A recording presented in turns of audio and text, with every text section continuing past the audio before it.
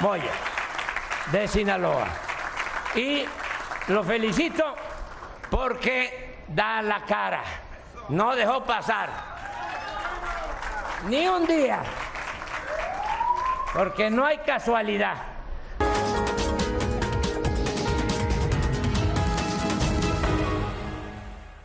Pues es, digamos, el vínculo, es inevitable recordarlo y establecerlo.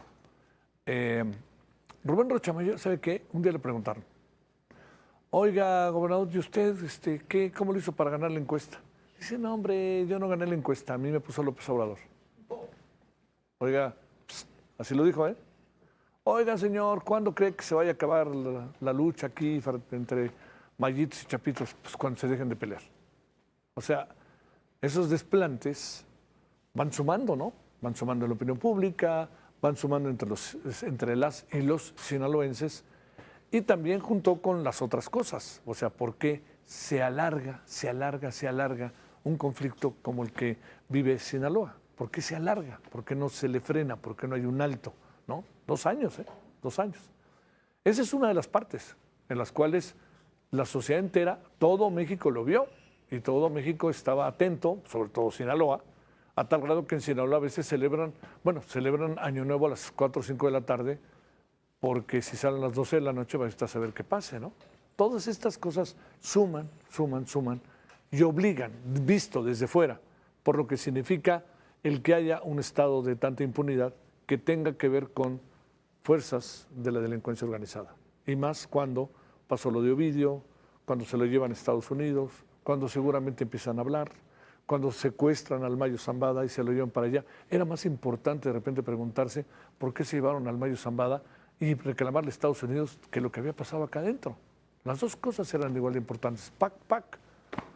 Se muere, dicen que Melesio Cuen, quien estaba en esa famosa reunión donde se llevaron al Mayo Zambada, dicen que él estaba ahí, pero que no había pasado nada. Sin embargo, no sabemos dónde está el cadáver.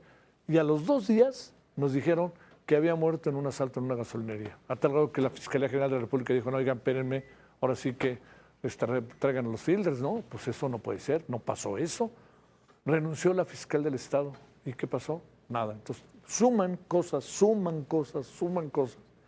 Además, sin perder de vista el Culiacanazo, que fue dirigido por quien es gobernador hoy de Sonora. Entonces, pues, todo eso, ¿qué es lo que puede pasar en el ámbito de la relación bilateral y con un presidente como Donald Trump?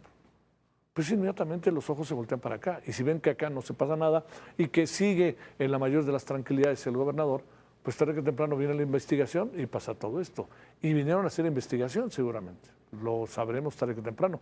Y seguramente lo sabría la propia autoridad mexicana, ¿no? A tal grado que lo de Chihuahua, ¿dónde anda, no? O sea, pues esto está rebasado por lo que está pasando, sin que deje de ser importante aquello, ¿eh? Bueno, las acusaciones de Estados Unidos a funcionarios mexicanos, incluido el gobernador de Sinaloa, Rubén Rocha Moya, de estar vinculado con el cártel de Sinaloa.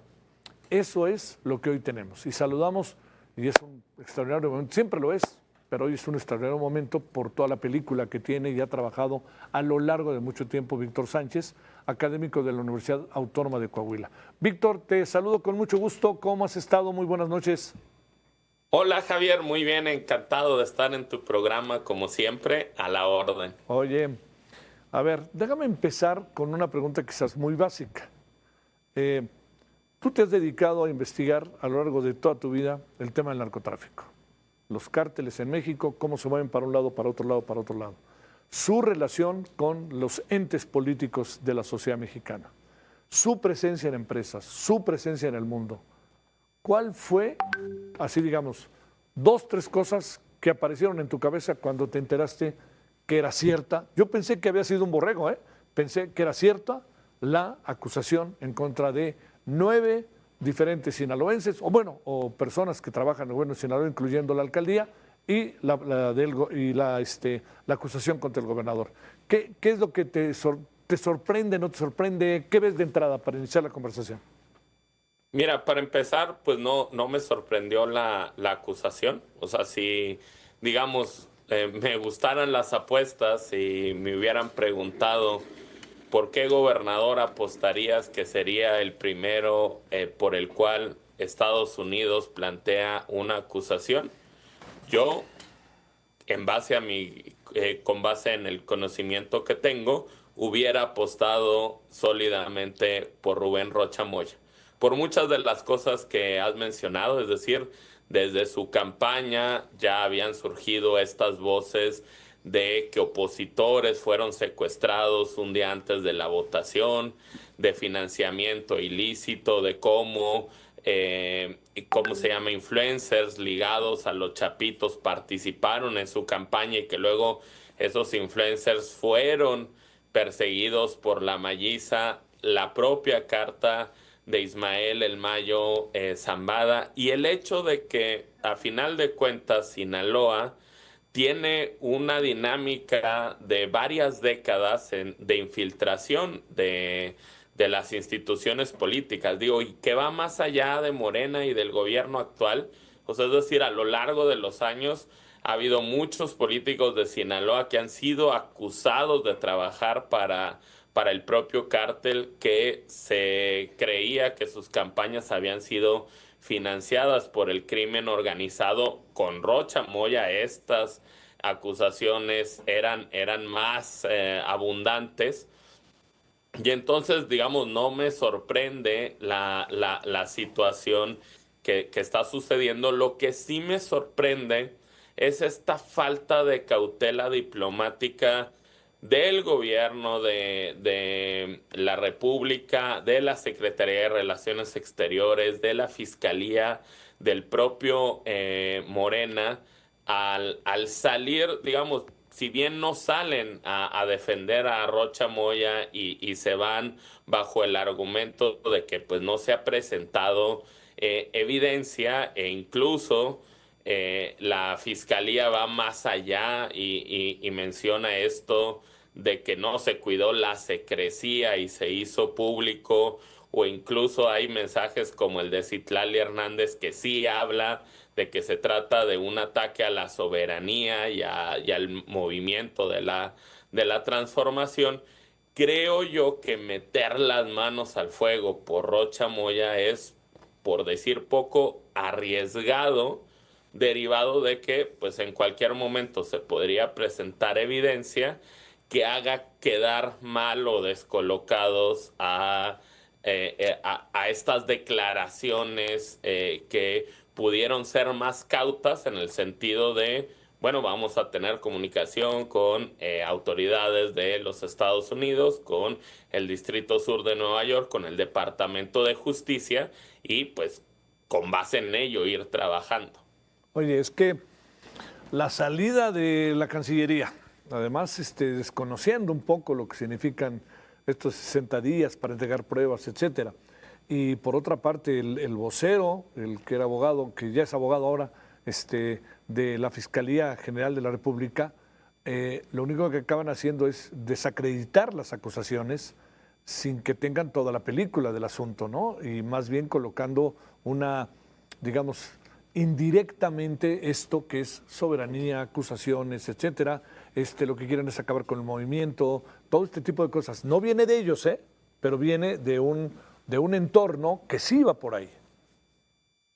Sí, claro, a ver, y no contribuye a este proceso. A ver, incluso creo que alguna vez lo hemos platicado. Cuestiones como estas, o sea, muestran también la talla de estadistas. O sea, incluso hasta podría ser una posibilidad para que la presidenta Claro. demuestre una postura histórica. Obviamente, pues, en cuanto se presenten pruebas, o sea, y sea sólido, el actuar contra personas de su partido demuestra que si hay un compromiso de no encubrir a nadie, de ir incluso en contra de sus aliados y de demostrar que se está atacando al crimen organizado y a las redes políticas que lo protegen. Pero ir del otro lado, o sea, sobre todo, como tú dices, sin tener todavía una película completa, sin haber establecido una comunicación con las autoridades de los Estados Unidos, e ir viendo qué es lo que realmente se tiene, pues es correr un riesgo mayúsculo, sobre todo porque cuando uno lee el documento que hizo público el Departamento de Justicia de los Estados Unidos, o sea, hablan de nombres y de situaciones en concreto. O sea, no sé, por ejemplo, Enrique Díaz, el que fue secretario de Administración y Finanzas, señalan que se reunió con dos integrantes de los Chapitos y que señaló concretamente a actores de la oposición para que fueran a buscarlos el día previo de la elección. O sea, es decir, se me haría arriesgado que las autoridades de Estados Unidos pongan una acusación tan concreta, porque no es una acusación genérica de solo protección contra el crimen organizado, sino que hay acusaciones de que los Chapitos financiaron la campaña de Rubén Rocha Moya. Se habla de quién se reunió con precisamente los líderes de esta facción, quiénes recibieron dinero. Entonces, ya hay situaciones concretas que nos llevarían a pensar que si estás diciendo que recibieron dinero, entonces uno esperaría que hubiera pruebas de las transacciones o de la ruta del dinero o de esas reuniones, y eso nos hace pensar con una simple lectura que debe haber un soporte de todo ello. Oye, hay mucha expectativa natural de qué puede decir la presidenta mañana, ya que no ha dicho nada, aunque se ha hablado de ella, de que se había conversado con el señor Rubén Rocha Moya. Pero lo que diga la presidenta acaba siendo la posibilidad de que esto adquiera una dimensión, pues yo diría, más interesante, más construida que la que hasta ahorita ha construido el gobierno mexicano, ¿no? Que yo supongo que la presidenta no está ajena a ello, ¿eh?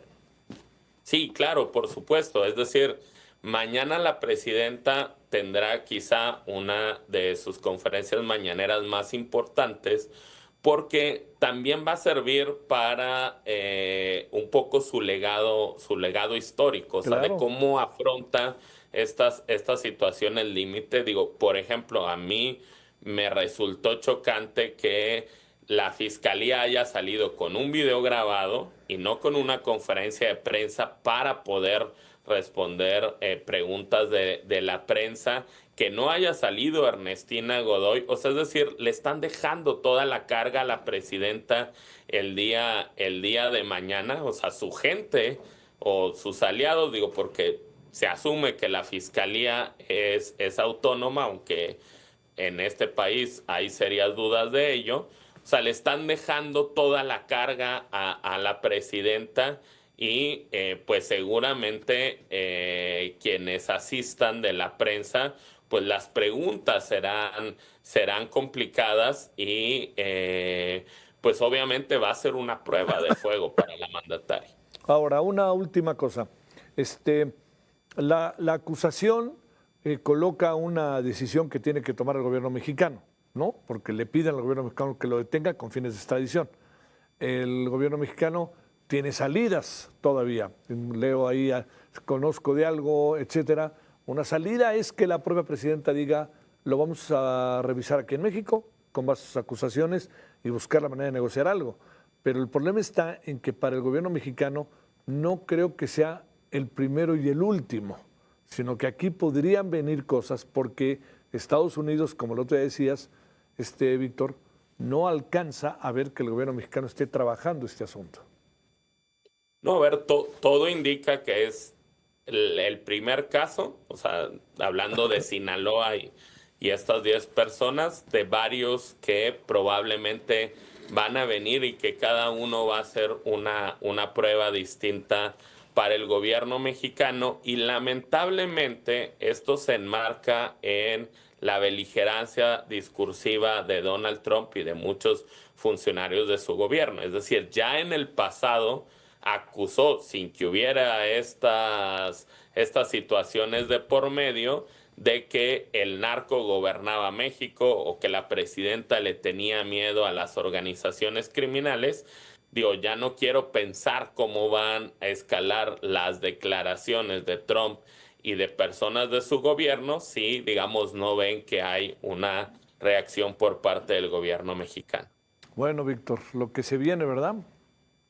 No, claro, digo, este tema va a seguir dando mucho de qué hablar en los siguientes días, semanas, y obviamente pues en esta relación bilateral de México y Estados Unidos. ¿Dónde quedó Chihuahua? Ya se nos olvidó, ¿verdad? No, claro, digamos, Chihuahua pasó a segundo término, el Jardinero pasó a segundo término, aunque obviamente pues siguen siendo situaciones que deben preocuparnos. Te mando un gran saludo, Víctor. Gracias por tu tiempo. Que tengas buena noche. Igual, muy buena noche, Javier. Gracias.